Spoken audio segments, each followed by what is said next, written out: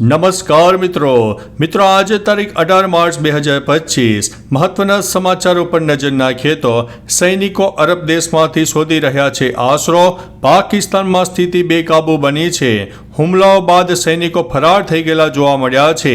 એક સપ્તાહની અંદર 2500 જવાનોએ સેના છોડી દીધી છે. વિસ્તારથી વાત કરીએ તો પાકિસ્તાન સામે હાલ એક મોટું સંકટ ઊભું થયું છે. દેશની હાલની આર્થિક સ્થિતિ, વધતી અસુરક્ષા, આંતરિક અશાંતિના કારણે પાકિસ્તાન સેના હવે તૂટી પણ રહી છે. તાજેતરના સમાચાર મુજબ છેલ્લા એક સપ્તાહમાં પાકિસ્તાનના આશરે 2500ની આસપાસ સૈનિકો ફરજ છોડીને દેશમાંથી પલાયન થવાનું પણ શરૂ કરી દીધું છે. મિત્રો, જણાવીએ કે મીડિયાના રિપોર્ટે પણ જણાવ્યું છે કે સૈનિકોએ ફરજ છોડી રહ્યા છે. તેઓમાંથી ઘણા સૈનિકો સાઉદી અરેબિયા, કતાર, કુવૈત અને યુએઈમાં મજૂરી કરવા માટે પણ ગયા છે. તેમને દેશની હાલની ખસ્તા હાલ સ્થિતિ જોતા આ નિર્ણય લેવો યોગ્ય લાગ્યો છે. પાકિસ્તાનમાં વધતા આતંકી હુમલાઓ અને અસુરક્ષાના કારણે સૈનિકોએ પોતાના જીવનું જોખમ લેવાના બદલે આર્થિક સ્થિરતા પસંદ પણ કરી લીધી છે. તો ચાલો મિત્રો,